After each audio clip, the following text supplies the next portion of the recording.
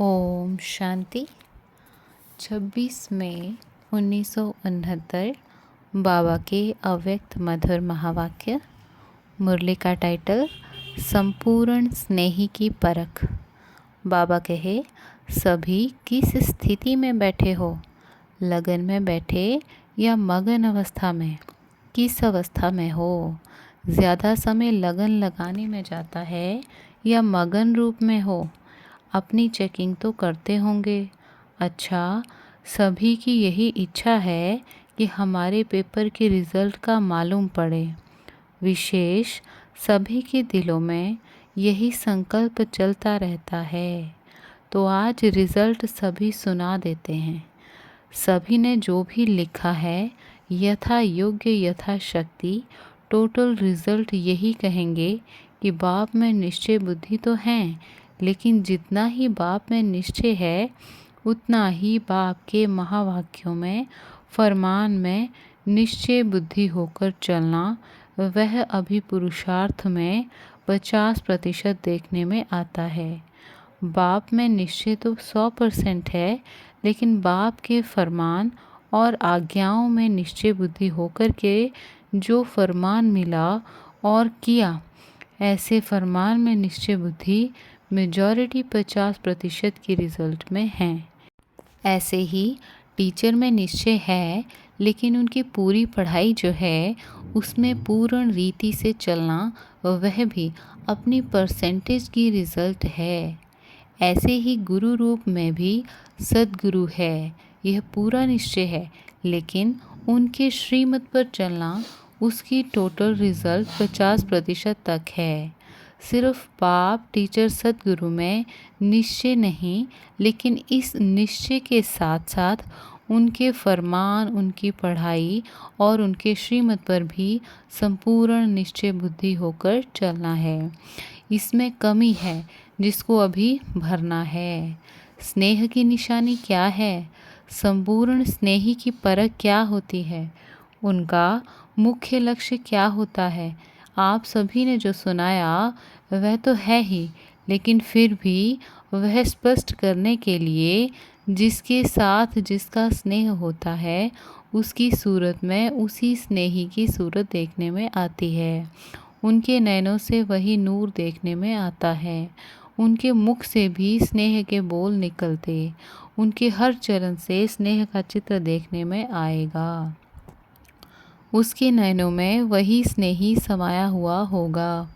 ऐसी अवस्था होनी है। अभी बच्चों और बाप के संस्कारों में बहुत फ़र्क है। जब समान हो जाएंगे तो आपके संस्कार देखने में नहीं आएंगे, वही देखने में आएंगे। एक एक में बाप को देखेंगे। आप सभी द्वारा बाप का साक्षात्कार होगा, लेकिन अभी वह कमी है। अपने से पूछना है, ऐसे स्नेही बने हैं?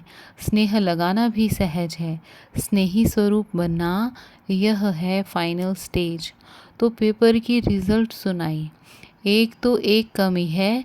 दूसरी बात, जो सभी ने लिखा है उसमें सहन शक्ति की जो रिज़ल्ट है वह बहुत कम है। जितनी सहन शक्ति होगी उतनी सर्विस में सफलता होगी। संगठन में रहने के लिए भी सहन शक्ति चाहिए। फाइनल पेपर जो अविनाश का है उसमें पास होने के लिए भी सहन शक्ति चाहिए।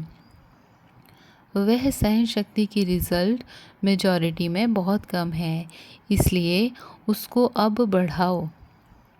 सहन शक्ति कैसे आएगी?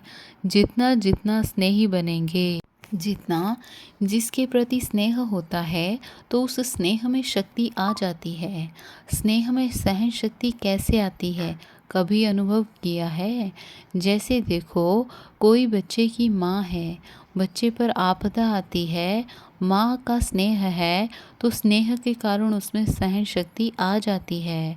बच्चे के लिए सब कुछ सहन करने के लिए तैयार हो जाती है। उस समय स्नेह में कुछ भी अपने तन का व परिस्थितियों का कुछ फिक्र नहीं रहता। तो ऐसे ही अगर निरंतर स्नेह रहे तो उस स्नेही प्रति स्नेह करना कोई बड़ी बात नहीं है। स्नेह कम है, इसलिए सहन शक्ति भी कम है। यह है आप सभी के पेपर की रिज़ल्ट। अब 1 मास के बाद रिजल्ट देखेंगे। वहाँ 3-3 मास बाद पेपर आता है। यहाँ 1 मास बाद इसी रिजल्ट को देखेंगे कि स्नेही रूप कितना बने हैं। मुख्य है निर्भयता का गुण, जो पेपर में नहीं दिया था, क्योंकि उसकी बहुत कमी है। 1 मास के अंदर इस निर्भयता के गुण को भी अपने में पूरा भरने की कोशिश करनी है। निर्भयता कैसे आएगी? उसके लिए मुख्य क्या पुरुषार्थ है? निराकारी बनना। जितना निराकारी अवस्था में होंगे उतना निर्भय होंगे। भय तो शरीर के भान में आने से होता है। यह 1 मास का चार्ट पहले बता देते हैं। कुमारियों का ट्रेनिंग क्लास पूरा होगा तो यह भी पूछेंगे कि सहनशक्ति, निर्भय और निश्चय की परख जो बताई वह कहाँ तक है। इन तीनों बातों का पेपर फिर लेंगे। कुमारियों से बाप दादा का स्नेह विशेष क्यों होता है? कौन सी बात खास है जो बाप दादा का स्नेह खास रहता है? क्योंकि बाप दादा समझते हैं अगर इन्हों को ईश्वरीय स्नेह नहीं मिलेगा तो और किसी के स्नेह में लटक जाएंगी।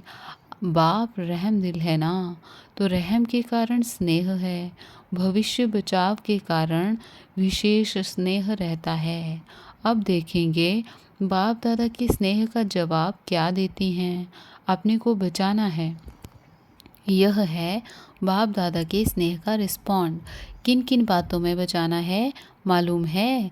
एक तो मनसा सहित प्योरिटी हो, मनसा में कोई संशय ना आए, और दूसरी बात अपनी वाचा भी ऐसी रखनी है जो मुख से कोई ऐसा बोल ना निकले। वाणी में भी कंट्रोल, मनसा में भी कंट्रोल। वाचा ऐसी रखनी है जैसे साकार में बाप दादा की थी। कर्म भी ऐसे करना है जैसे साकार तन द्वारा करके दिखाया। आपका कर्म ऐसा हो जो और भी देखकर ऐसा करें। यह है कुमारियों के लिए खास। और किससे बचना है? संग दोष से तो बचना ही है।